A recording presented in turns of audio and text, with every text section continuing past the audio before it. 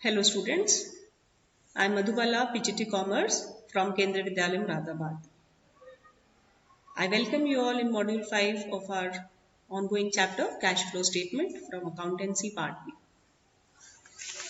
As we have discussed in the earlier videos, operating and investing activities, in this video we shall be discussing the various cash inflows and the cash outflows under financing activities. We will be discussing how to calculate net cash flow from financing activities. So let us see. First of all, let's revise our meaning of financing activities. Financing activities are those activities जो हमारे owners capital में, owners capital का मतलब अब आप जानते ही हैं, equity और प्रेफरेंस शेयर कैपिटल दोनों ही हमारे ओनर्स कैपिटल का को लीड करते हैं, and the borrowings of the enterprise, इन दोनों के साइज में या इन दोनों के कंपोजिशन में कोई भी अगर चेंज होता है, साइज में या फिर कंपोजिशन में अगर कोई भी चेंज हो रहा है, that will be known as financial activity. For example, dividend paid, अगर हम सभी एंटरप्राइजेस की बात करें, चाहे हमारा एंटरप्राइज फाइनेंसिंग एंटरप्राइज हो या नॉन फाइनेंसिंग हो, ओके, या नॉन फाइनेंशियल नेचर का हो, कोई भी एंटरप्राइज हो, दोनों ही सिचुएशन में इंटरेस्ट पेड हमारा फाइनेंसिंग एक्टिविटी में आता है. ये हम पहले भी डिस्कस कर चुके हैं अपनी वीडियोस में. इंटरेस्ट पेड केवल नॉन फाइनेंसिंग एंटरप्राइजेस में फाइनेंसिंग एक्टिविटी में आता है. अगर वो फाइनेंसिंग कंपनी है, फाइनेंसिंग एंटरप्राइज है, तो वो इंटरेस्ट पेड हमारा ऑपरेटिंग एक्टिविटी में चला जाता है. Increase in share capital due to bonus issue, कई बार शेयर्स जो हैं बोनस शेयर्स इशू कर दिए जाते हैं शेयर होल्डर्स को, तो in that situation there is no flow of cash, okay, so it will not be shown in the cash flow statement. Then sometimes the debentures are converted into new debentures. Convertible debentures have an option to convert themselves, so if they are converted into new debentures or some other type of shares, then that will also be not shown in the cash flow statement. Also students, shares are issued at premium, debentures can also be issued at premium, and if in that case the premium will be added back in the nominal value of the shares or the debentures, and then it will be shown under cash flow statement in financing activities. Sometimes underwriting commission if given shows an increased trend, that means it has increased. इसका मतलब हमने payment करी है किसको, under writers को, for the raising of share capital and debentures, और जब भी अंडर राइटर्स कमीशन इंक्रीज करेगा तो वो हमारी फाइनेंसिंग एक्टिविटी का पार्ट है और उसको हम कैश आउटफ्लो में शो करते हैं. तो एक बार जॉट डाउन करे हुए पॉइंट्स हैं, उनको भी जस्ट डिस्कस कर लेते हैं. सबसे पहले कैश इनफ्लोज. कैश इनफ्लोज में हमारा आ जाएगा proceeds from the issue of shares including premium, proceeds from the issue of debentures including premium but excluding discount. If discount is there at the time of issue of debentures, that will not be shown, okay, it will be deducted. So loans received, if we have taken any loan, short term or long term, bank overdraft or cash credit, that will be under financing activities. Then payment of redemption of preference shares, if we have paid some money to preference shares, then that will be outflows. Redemption of debenture is an outflow. Buyback of equity shares is an outflow. If we have paid premium, then we will add back that premium. Repayment of loans if we have done to the banks or financial institutions. Interim dividend paid during the year, that is also cash outflow under financing. Final dividend which is paid during the year. Interest paid on debentures, interest on loans, short term loans, long term loans, कोई भी interest अगर हमने पे करा है तो वो सारे हमारे आउटफ्लोज कहलाते हैं. और उसके बाद हमारा जो कैश इनफ्लोज और आउटफ्लोज के बाद हमारा आ जाएगा net cash from financing activities, and if that figure is in minus, then it will be like we will be using the word net cash used in financing activities.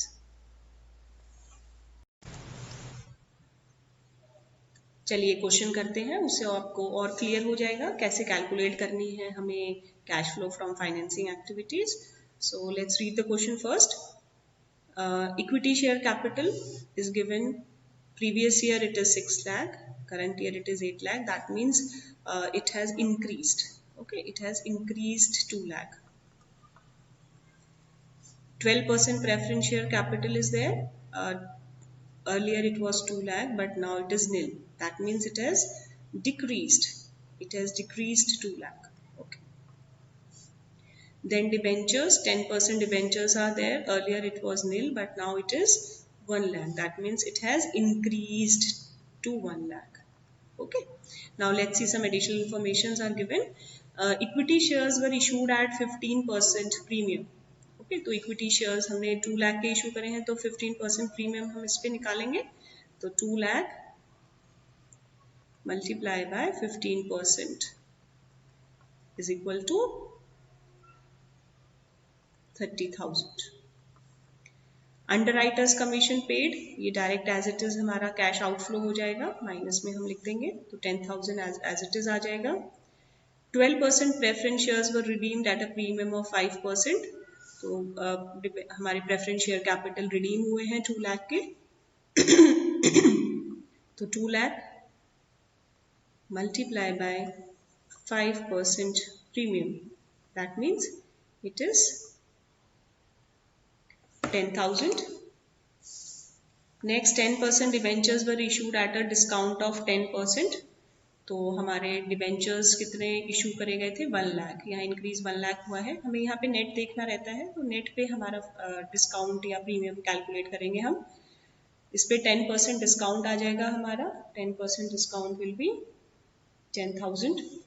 Interest paid on debentures, it will be paid on debentures cash outflow. Dividend भी पे किया गया है, ये भी cash outflow. Interim dividend pay किया गया है, that will be cash outflow.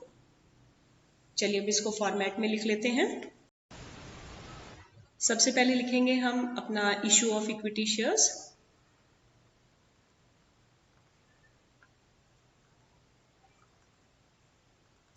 जब हम इशू ऑफ इक्विटी शेयर्स लिखेंगे तो हमारा नेट अमाउंट, नेट चेंज कितना आया था? 2 लाख. ओके, तो सबसे पहले 2 लाख लिखेंगे, बट ये हमने प्रीमियम पे इशू किए थे. In the first additional information we have calculated all the premiums. So plus 30,000 we will do, plus 30,000, it will be 2 lakh 30,000. Then we will be writing the redemption of preference share capital was done. So redemption of preference share capital. Net amount हमारा कितना आया है? 2 लाख हमने redeem करे हैं, तो 2 लाख लिखेंगे. And then हमने 10,000 डिस्काउंट प्रीमियम पे रिडम्पशन करा है. दैट मीन्स हमारा कैश आउटफ्लो क्या हुआ होगा? 10,000 और एक्स्ट्रा हुआ होगा. ठीक है, तो 10,000 और इसमें हम प्लस कर देंगे, 2 lakh 10,000. This is cash outflow, क्योंकि हमने पेमेंट करी है प्रेफरेंस शेयर होल्डर्स को, तो माइनस कर देंगे. देन हमारा आ जाएगा इशू ऑफ 10% डिबेंचर्स.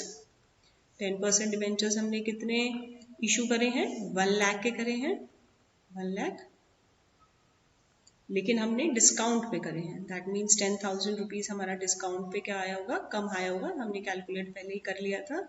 इशू हमारा क्या है? कैश इनफ्लो है, इसीलिए प्लस में रहेगा. उसके बाद underwriters commission,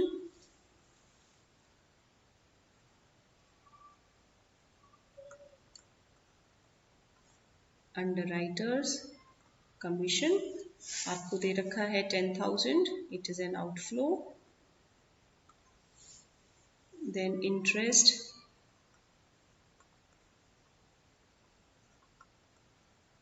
paid on debentures, direct figures दे रखी हैं आपको, तो आप एज इट इज इनको जॉट डाउन कर देंगे. Again it is 10,000. Next is dividend paid, ये भी आपको अमाउंट फिगर दे रखी है. Dividend paid on preference shares. Okay, 24,000. तो इनको एज इट इज लिख देंगे. उसके बाद हमारा आ जाएगा इंटरिम डिविडेंड, भी आपको दे रखा है, ये भी हमारा कैश आउटफ्लो है।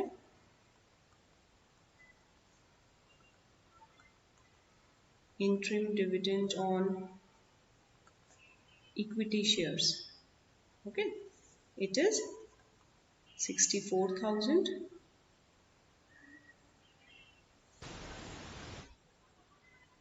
अब हम इसका डिफरेंस निकालेंगे कैश इनफ्लोज और कैश आउटफ्लोज का, तो हमारे पास फिगर आ जाएगी नेट कैश